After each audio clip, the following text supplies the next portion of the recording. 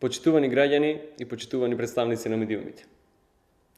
Вчера министерот за здравство Венко Филипче и раководството на општата болница Бурка Талески од Прилеп и јавно признаа со какви проблеми се соочува здравствениот систем во Прилеп.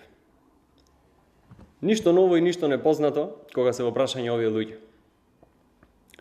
Наместо да се западат со конкретно решавање на работите и обезбедување на квалитетна здравствена заштита за повеќе од 100.000 граѓани од Прилеп и околните населени места, овие луѓе постојано го повторуваат истото. Недостасува ова, недостасува она, треба да се направи ова, треба да се направи она.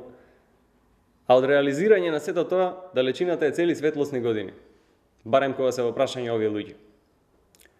100.000 денари плата за докторите нема.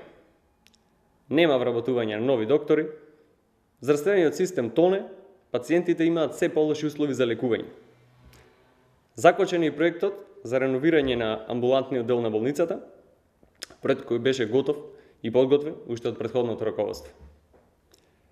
Кога веќе беше тука, Филипче имаше можност да се запознае со проектите кои ги реализираше министерот Тодоров и владата на ВМРО ДПМН.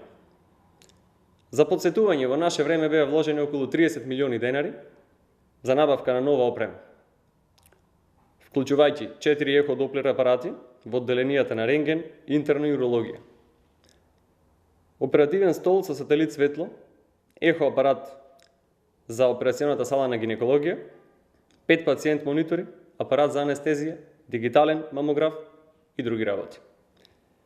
Ова установа доби комплетно нов возен парк со нови санитетски возила за службите на итната медицинска помош и домашно лекување.